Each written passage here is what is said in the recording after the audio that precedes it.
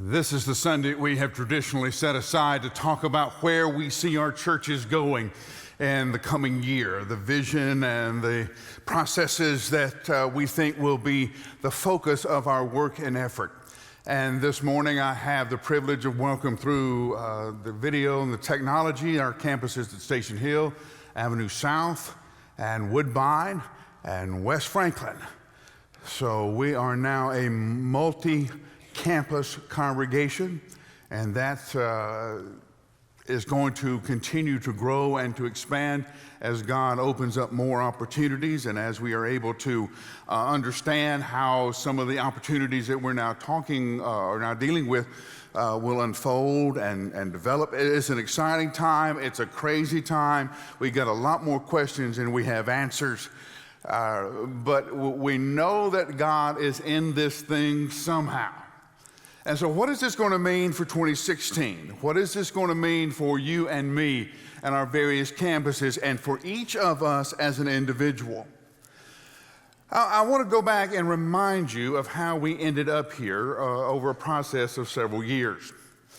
One of the things that happened was I went to see John Thomas. Now, you remember John Thomas.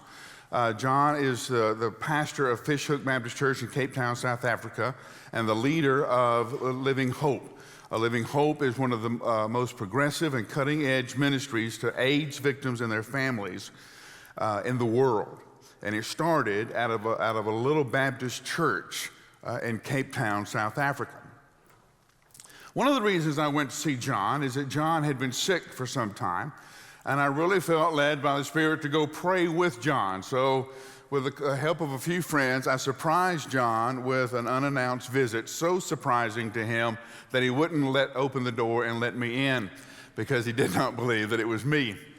But the other reason I went was to talk to him about how he did it. Tell me what happened. Tell me what changed at Fishhook Baptist Church to allow you to do what you have done in Living Hope. Now understand, Fishhook is maybe a fifth the size of our church, with far less of the resources, far less of the talent.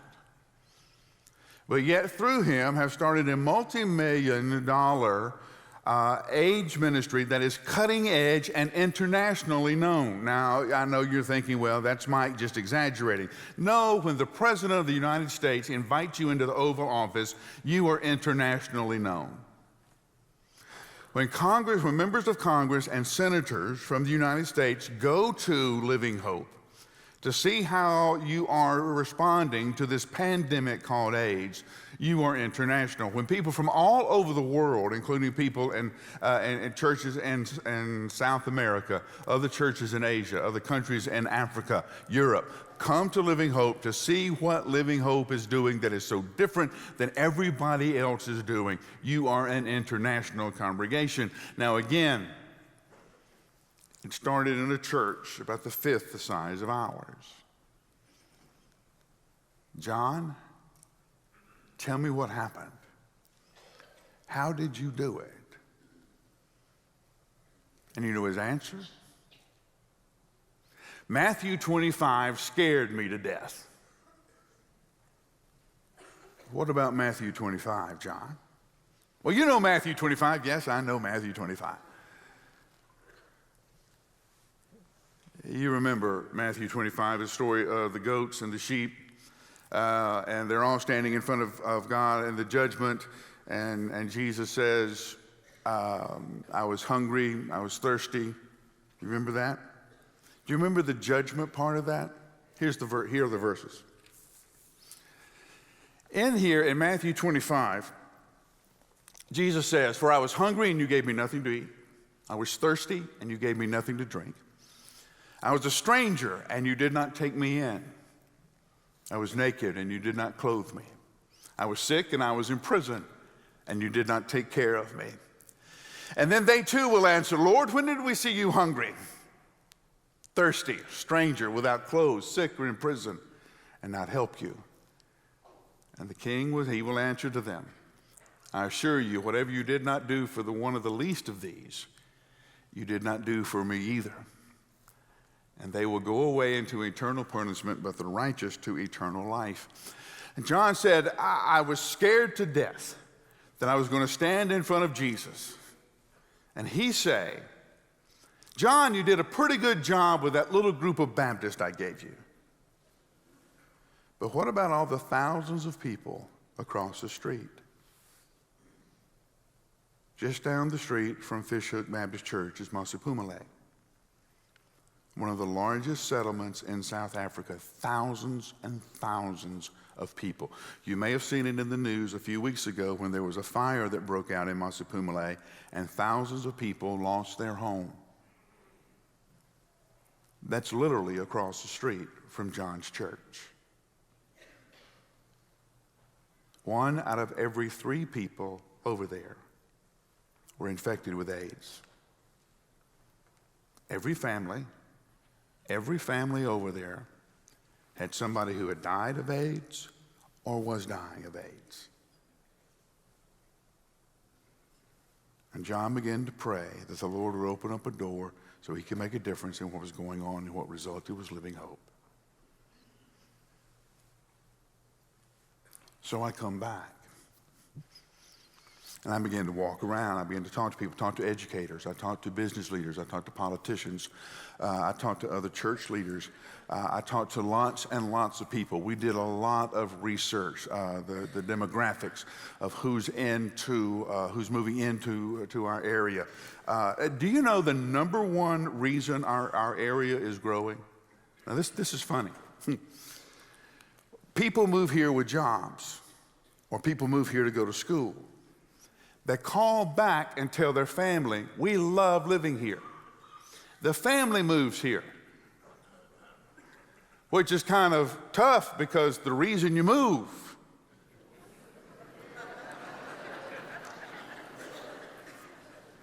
Get away from family. And they follow you here. A lot of the growth in Middle Tennessee is driven by conversations with people who then end up moving here. And the statistics are just mind-boggling.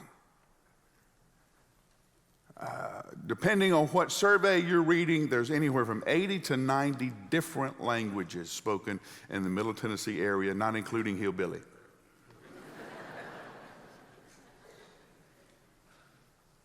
More first-generation immigrants than anywhere else in the United States, right here. You can do international missions simply by crossing the street. Woodbine celebrating moving into their sanctuary a few weeks ago, moved in under all of the flags and the nationalities involved in their congregation, and they walked in under 7 different flags. 7 different flags at Woodbine. Iraqi, Somali, Sudanese, on and on the list goes. Right here. The number we could not get away from, the number that haunts me, 2.5 million people.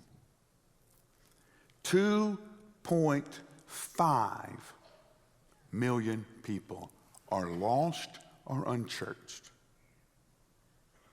2.5. And this is the buckle of the Bible Belt. Now let me tell you something about that number. That number is very conservative. That number is very low.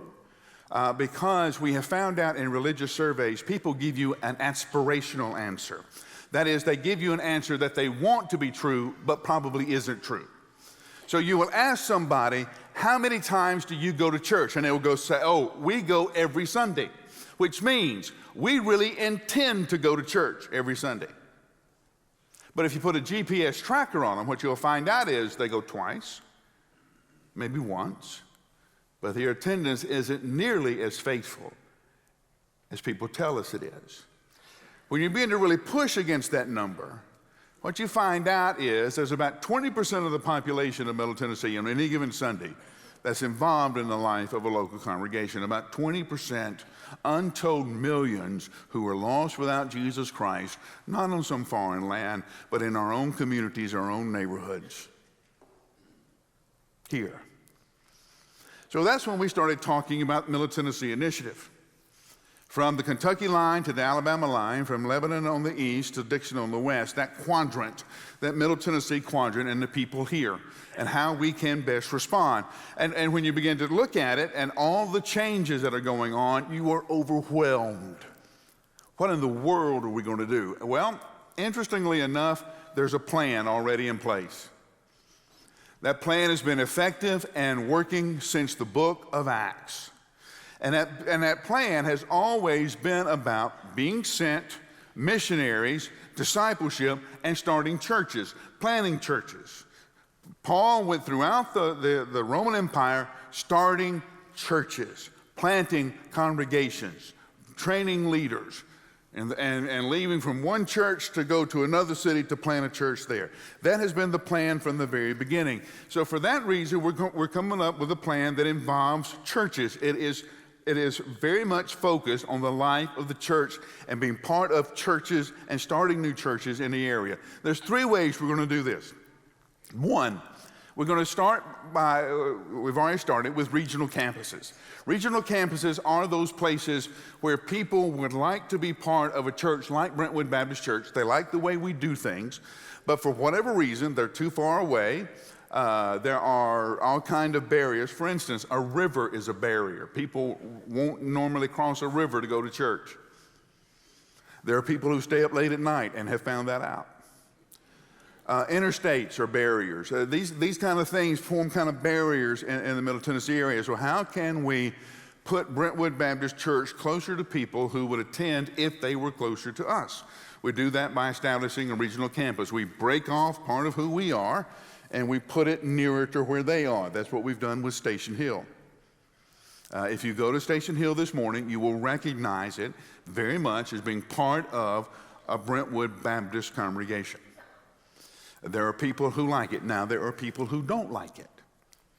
There's a reason Baskin-Robbins has 31 flavors of ice cream. Not everybody likes Rocky Road. And I some people don't like the way I preach. I know you find that hard to believe, but there are. There are people who would like a different style of music. There are people who would like a different style of pews. There are all kinds of reasons people like people are people. So when we find those people who would need a different expression of the gospel, then we will start a new church. Which means some of you are going to be pioneers. Some of you will be leaving the comfort of your Sunday school classes, of your familiar relationships, to go make new relationships in your communities and new communities to be part of a new church that's being planted. It'll have a new style. Once we decide that this is where we're going to start a new church, then we'll look to find that pastor and be training them and encouraging them, letting them do the legwork so that when that church starts, it's ready to hit the ground running. Regional campuses, church plants. Repurposing congregations. That is finding a congregation where the neighborhood around them has changed. You may find a Caucasian congregation that is now surrounded by an African American community. You may find an African American church that is now surrounded by Kurds or Hispanics. So how do you take the opportunity that is there, the resources that are there, and retool them, refocus them on the new opportunity that is there? The reason that this is so effective and so exciting is that most of the time you have a fairly nice facility that you don't have to build. The parking lot is already in place. You've already dealt with all the zoning issues, so there's no controversy there. And most of the time, the community around you is excited that you're coming in because you are adding value to the area. And we have several opportunities in the Middle Tennessee area where this is going to be the most effective way to reach people. Now, the way that we'll begin by doing that is doing the three things that the church has historically done well. When the church does these, we do them better than anybody. We do poverty work better than anybody. And we do poverty work better than anybody because we deal with the choices that lead to poverty. Now, not all the time, Okay, hear me. Not all the time is poverty the result of bad choices. But there are choices that people make, addiction, marital decisions, on and on the list goes, that end up placing a person in poverty, placing their children in poverty. The church has abdicated our response to poverty, our responsibility for caring for the poor. We've abdicated that to the government. How's that working out for us? Now we have working on 4 generations of people who have been trapped in the social welfare system of the United States of America. And you know and I know, there are young men and young women in the Middle Tennessee area who, because where they were born, because of the choices their parents made, do not have a chance. Now, I know this is the United States of America. You can be whatever you want to be. You and I know that's not true. There are certain situations you can't get out of unless somebody helps you. The cycle of poverty is too tough. The chain's too hard. Somebody's got to break that cycle. And that's the calling of the church. We do that better than anybody. Healthcare. Every hospital in Nashville has a faith-based beginning. Vanderbilt was Methodist. St. Thomas was Catholic. Baptist.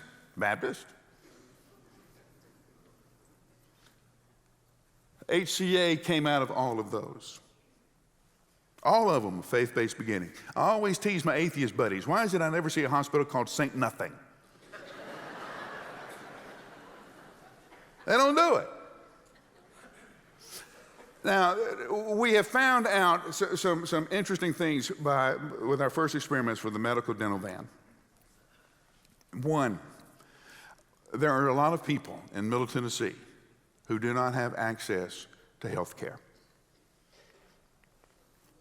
There are a lot of people in Middle Tennessee who do not have access to dental care. And this is not major surgery. This is not heart transplants and that kind of stuff. This is basic health education. Like how obesity is connected to diabetes, and like how obesity is connected to heart disease, and about how fundamental health care and health education would make a profound difference in the lives of these people. Basic kind of things would make a profound difference.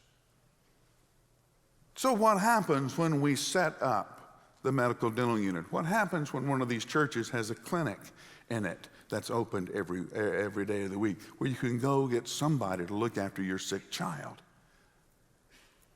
Somebody to help you get through the flu or a cold so you can get back to work. Poverty, health care, education. Public school system started in churches.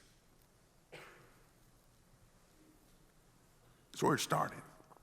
And you know and I know there are schools in Middle Tennessee that are failing their students. You and I can step in and make a difference. We've already seen that difference made in a relationship that Avenue South has with a local elementary school that you'll see a little feature on later. We're already seeing how it works. When you show up, when I show up, and just give a child a little time. Help with their reading, tutor them in math, help them in their writing skills, show that somebody cares about them. Again, I'm not talking about reworking the entire structure. I'm talking about the most basic, fundamental kind of things of giving somebody a little time. Now, understand, this is always done to have the opportunity to be given the choice to share with somebody the good news of Jesus Christ. You cannot cut off evangelism from that kind of ministry. One of the things is we live in a time where the ministry comes before the message. People don't listen to us anymore. They don't listen to the church. They don't pay attention to the church until they see the church making a difference. Then they want to know, why are you here? What are you doing? I told you about some of our CPAs our accountants went over to Woodbine last year and did a tax seminar. Help people just show up, just come over here and we'll help you do your taxes for free. And the impact that had on people's lives when they realized that they were going to get thousands of dollars back. And our accountants told us stories about people crying when the accountant showed them their tax return, about the difference that was being made, and people asking, why did you come? What are you doing over here? And us having the opportunity to share the love of Christ. This is what Jesus wants us to do. We're over here because Jesus loves you. That's why we're here. And it opens the door for evangelism. Charles DeMoore, who was one of the leaders of the Woodbine congregation in the transition, was walking around handing out a pamphlet. And he ran up to a guy who was working in his yard and was passing out some of the things that Woodbine was doing in the community.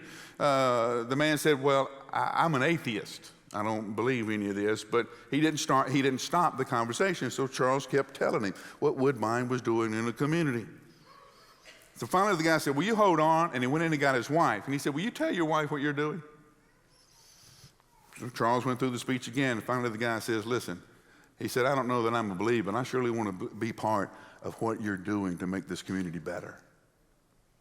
See, the conversation starts. The opening is given. Because it is Jesus that makes the difference. Okay, now, I want you to hold that thought in your head. I want you to get it down in your bones and deep in your heart. It is Jesus and only Jesus that makes the difference. I know we are concerned about a lot that's going on in our world. We're concerned a lot that's going on in our nation. And we're concerned because right now we're in the middle of a presidential election. All of that craziness has started. And we're deeply concerned about what the future may be. So in our panic, we're thinking that if we work harder and get the right person elected, that will save our nation. If the right party is in charge, then that will make all the difference. Let me tell you something. The leader has already been elected. He was placed on the throne. He was given the crown. His name is Jesus. There's no more voting. That's done.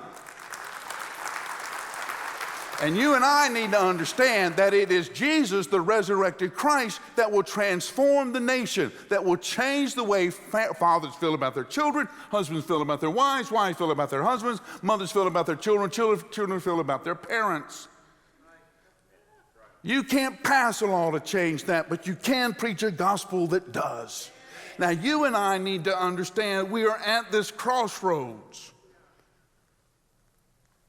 We're not in Kansas anymore. And if this is the buckle of the Bible Belt, then as I often say, then that explains why our nation's pants have fallen down. You're the missionary. And where you live is the mission field. Where you work is the mission field. Where you play, the hobbies you have, that's your mission field. Those relationships that you have, those are the people that you are called to reach.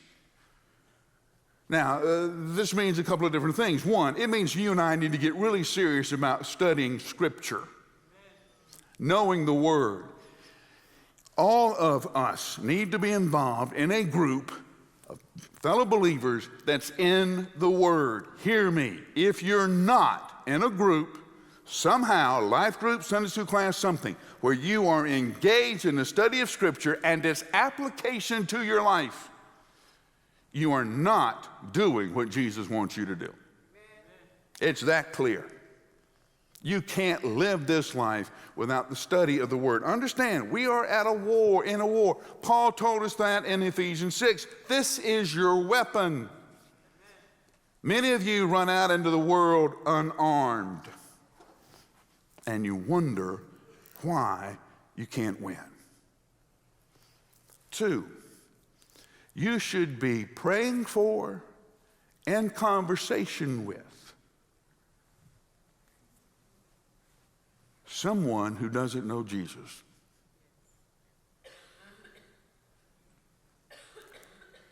the last commandment he gave was for us to go and make disciples. Go and make disciples. We're looking for people who are discipled, transformed, who are then empowered, called, sent to transform their communities. You see, when you read the stories of evangelism in the New Testament, this is what you, like Philip finding Nathanael. Here's the way the story goes. Philip meets Jesus. Philip runs and gets Nathanael, and Nathanael meets Jesus. That's the whole story. Now, if that had been a modern Philip, it would have been Philip met Jesus. Philip went and studied, went to a seminar, and by that time, Nathanael had moved on. What happens is your encounter with Jesus is so real, so transforming, so exciting. You know somebody who needs to have the same thing in their life, and you go find them.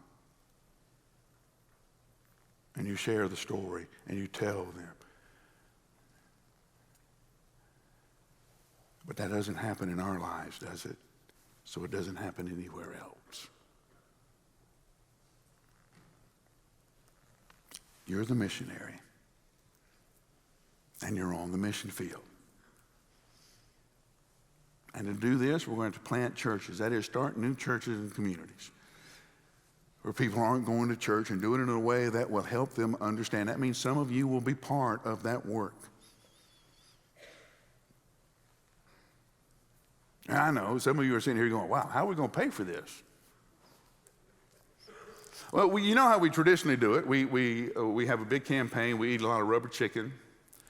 And I show you a lot of videos.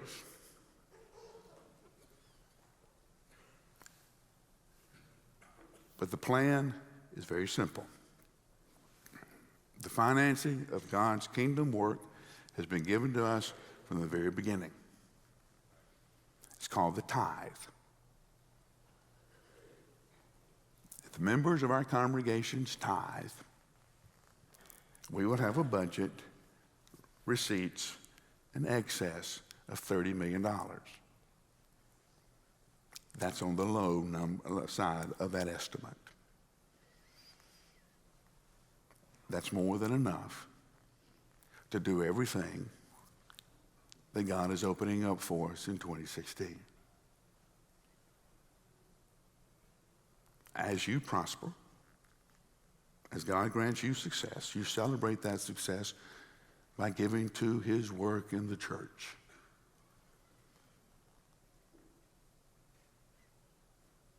So what are you supposed to do now? When Jesus was in the same situation, overwhelmed by the needs of the people around him, he turned to the disciples and says, I want you to pray that the Lord of the harvest will send workers to the harvest. Notice what Jesus didn't say. He didn't say, I don't want you to form a committee. I don't want you to get a strategy together. I want you to pray. Now, this prayer is more than just, I lay me down to sleep.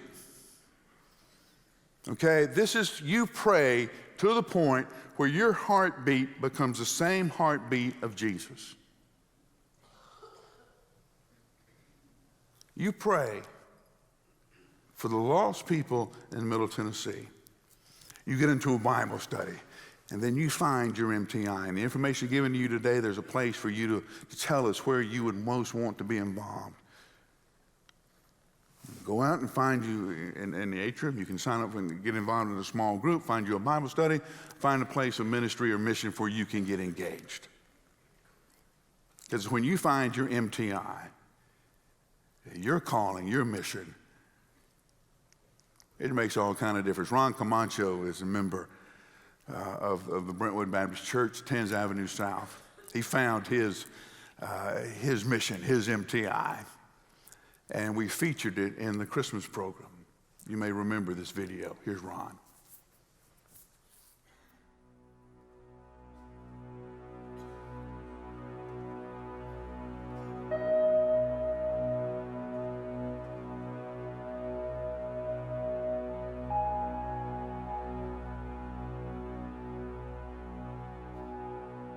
You know, when you set out to teach anything to anyone, the first thing you learn is that you've got more to learn.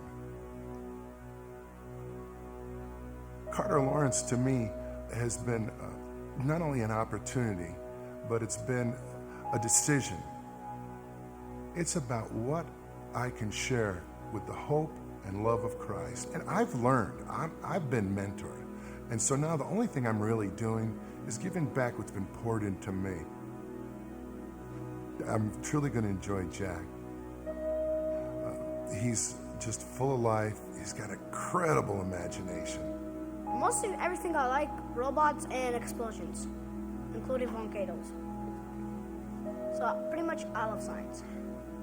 First time we met, we talked about superheroes, and he was writing a paper, and I write. So for me, it was extraordinary time to just share imagination. And he showed me a book. He showed me a book that he finished.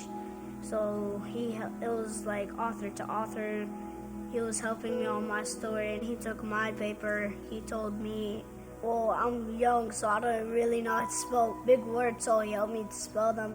He's got so much potential. When I talk to the teachers, even in the school around him, they say, oh, you've got Jack. And I said, yes, I do. And so I have a feeling that Jack and I are more alike than one might imagine. It doesn't just encourage the students, he also encourages me as a teacher and lets me know that what I'm doing is great. Keep doing it, and that's one less student that I have to worry about. I have the other 18 that I have to focus on. That's one that I know is taken care of. If you're a Christian and you're not walking it the way you're talking it, then you're going to be out of sync. You can say all you want, but unless you're in the now, unless you're in the present and connected, no one's going to believe you. He's impacted even the students that he doesn't work with on a one-on-one basis, because they're just amazed of this big guy that comes in my room with this Kango on, and they can be so mellow and meek. I'm never happier than when I'm serving the Lord. Service probably won't be easy, and it most likely won't be timely, but it'll be the most rewarding thing that you ever do. And so I've learned more from these kids than they probably learned from me, because they taught me that courage and strength are just words, and hope is just a verse in a song. But these children live it, and they taught me to be strong, courageous, and bold.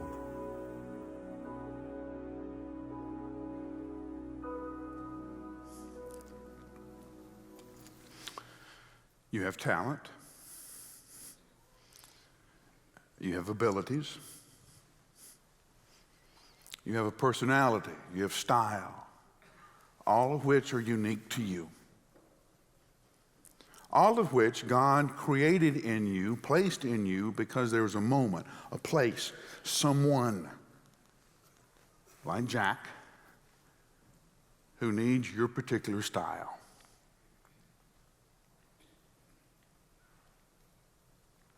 Middle Tennessee is lost. And you and I are the missionaries.